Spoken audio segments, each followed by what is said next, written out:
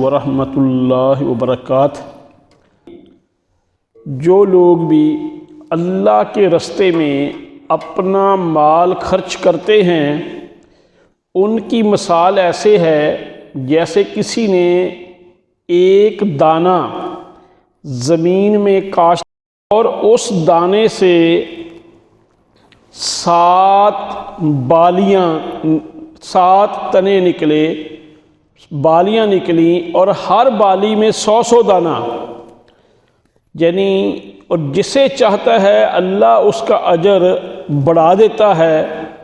اللہ رب العزت بہت وسعت والے ہیں اور علم والے ہیں۔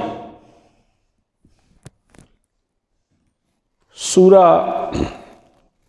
بقرہ کی یہ آیا ہے، آیا کا نمبر 261 ہے۔ اللہ رب العزت اللہ کے راستے میں، اللہ کے راستے سے مساجد، مدارس، فی سبیل اللہ اور دیگر کاموں میں خرچ ہے۔ اللہ تعالیٰ کہتے ہیں کہ جو بھی ایسے کاموں میں خرچ کرتا ہے اللہ اس کا اجر 700 گنا تک بڑھا دیتے ہیں۔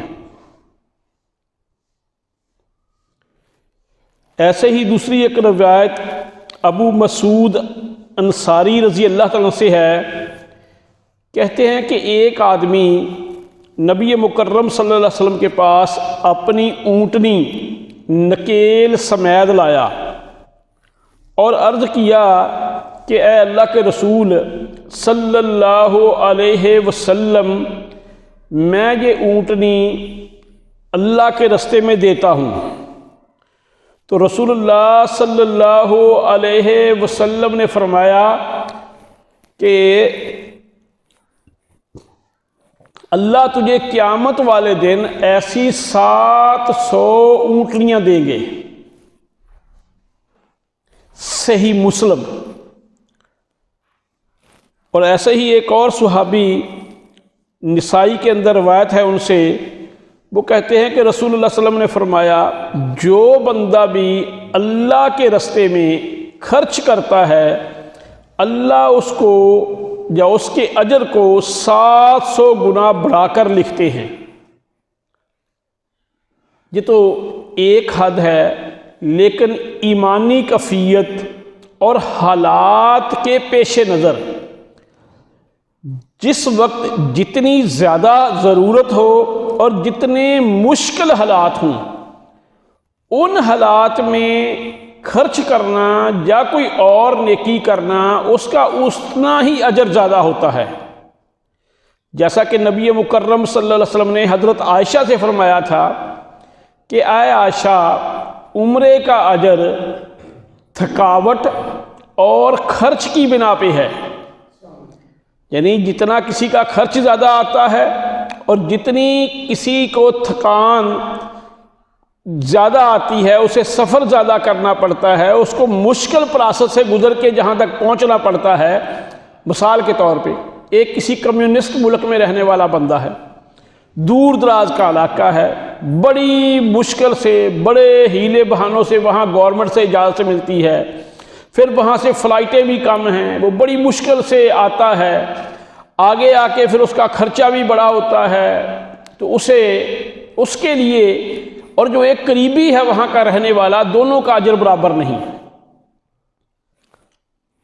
ایسے ہی صحابہ کرام نے جن حالات میں خرچ کیا تھا، جن حالات میں قربانی دی تھی، وہ حالات بہت ٹائٹ تھے، اتنے مشکل حالات کہ مثلا جنگ بدر صرف 313 یا 317 لوگ ہیں۔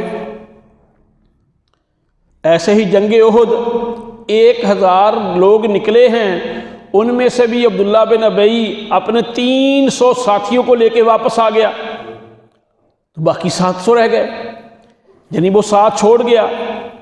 ایسے ہی خندق، جب کئی میل پہاڑوں کے اندر خندق کھودی صحابہ نے اور اپنا دفاع کیا، تو ان حالات کے اندر جن لوگوں نے قربانیاں دی، دشمن کا مقابلہ کیا، آج کے حالات میں یہ آج والے لوگ ان کے برابر نہیں ہو سکتے۔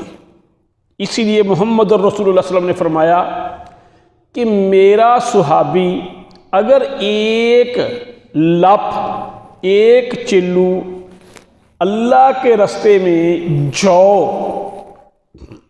صدقہ کر دے، یاد رکھیں کہ ہمارے اس علاقے میں جو مہنگے ہیں، گندم سستی ہے۔ آپ کے زمانے میں مکے اور مدینے میں جو سستا تھا، کھجور سستی تھی، گندم وہاں پہ کم ہوتی تھی، یہ مہنگی تھی۔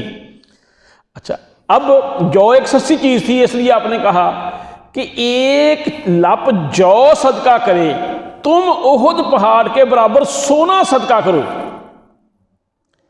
تو ان کے اجر کو نہیں پہنچ سکتے۔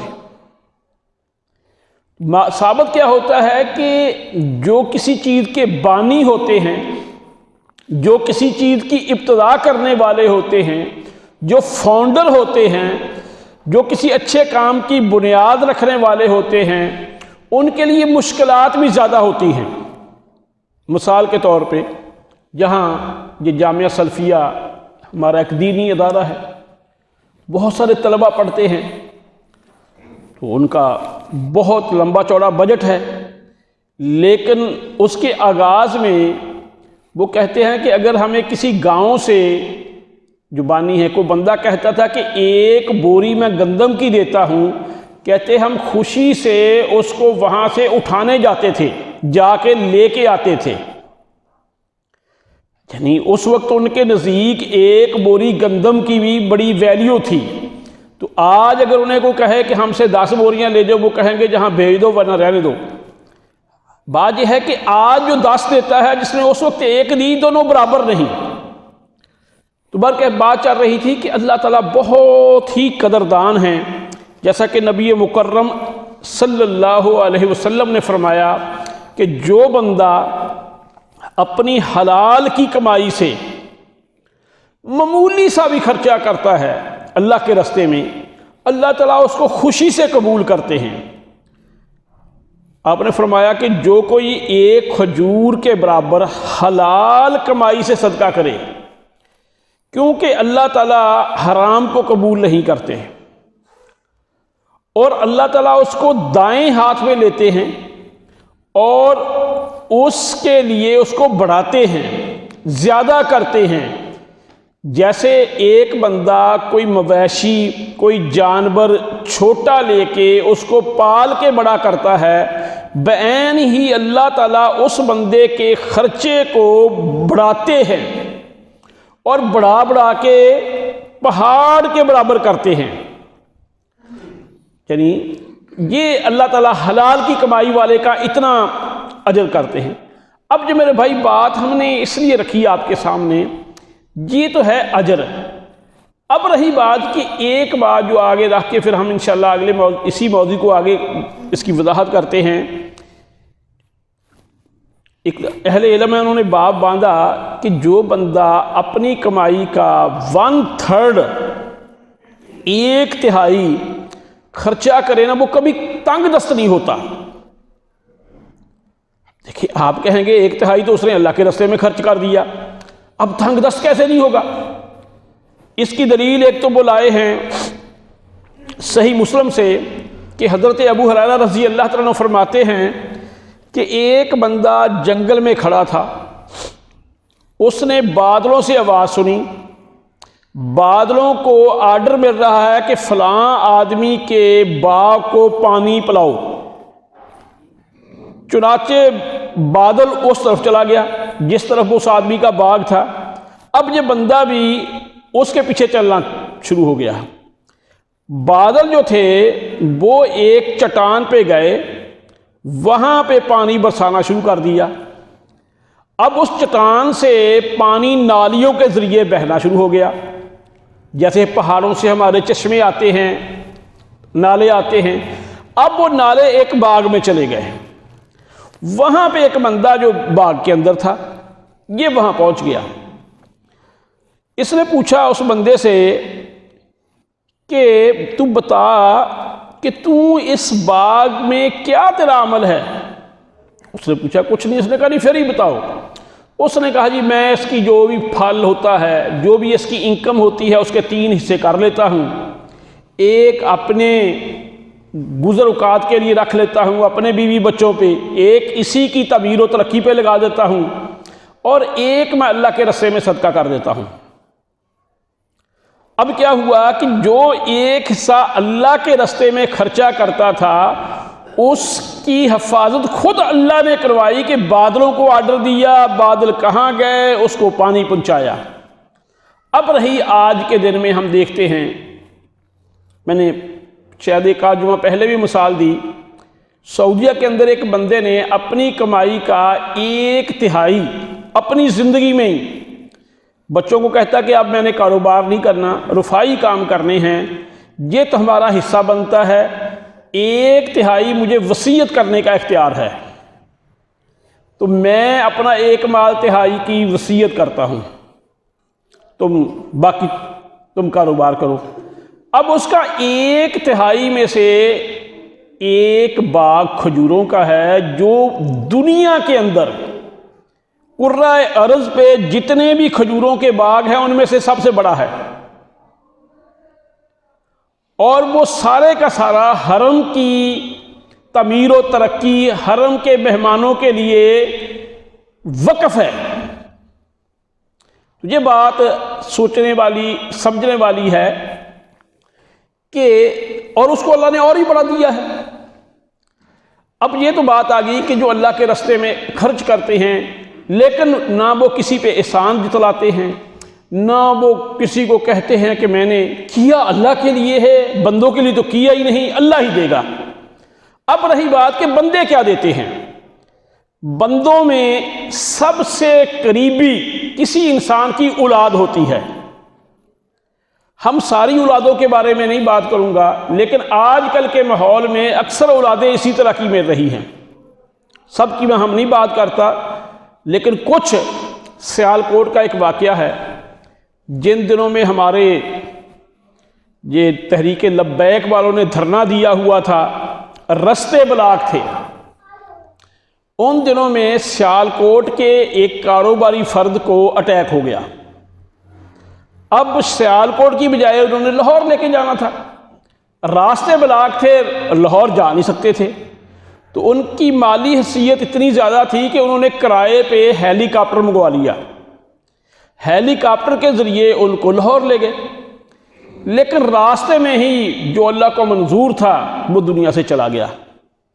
اس نے جاتے وقت اپنے بیٹوں کو وصیت کی کہ جہاں میں جمعہ پڑھتا ہوں، نماز پڑھتا ہوں، وہ جو مولوی صاحب ہیں نا، انہیں کہنا کہ جب مجھے غسل دیں تو وہ ساتھ شامل ہو جائیں۔ اب وہ مسجد والے کو بھی اس سے کو محبت ہوگی، اسی بنا پہ اس نے وصیت کی تھی۔ اب وہ امام صاحب نا وہ شیئر کرتے ہیں، وہ بتاتے ہیں، کہتے ہیں کہ جب میں ان کو غسل دینے والا، کیونکہ وہ بہت مالدار تھا، تو اس کا جو لباس تھا وہ بڑا عالی شان تھا، جو اس نے سویٹر پہن رکھی تھی، جو اس نے سوٹ پہن رکھا تھا، وہ باہر سے کہیں برانڈڈ تھا، تو بہت قیمتی تھا۔ میں نے ان کے 2 بیٹے تھے، پہلے بیٹے کو کہا کہ یہ سویٹر میں اتار دیتا ہوں، میت کو تکلیف نہیں ہوگی، آپ اس کو کہیں باپ کی نشانی سمجھ کے پہن لیا کرنا۔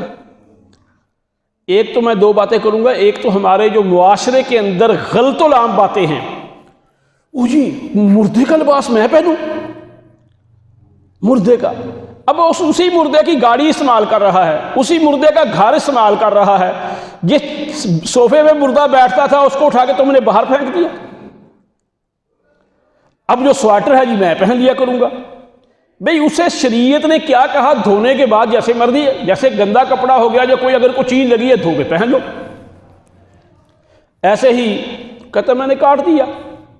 دوسرا بیٹا تھا، میں نے سوٹ تھا، میرا جی نہ چاہا تو میں اسے کاٹنے لگا، تو میں نے اس سے کہا کہ آپ رکھ لو اس کو، اس نے بھی ایسے ہی کہا، کہتا میں نے وہ بھی کاٹ دیا۔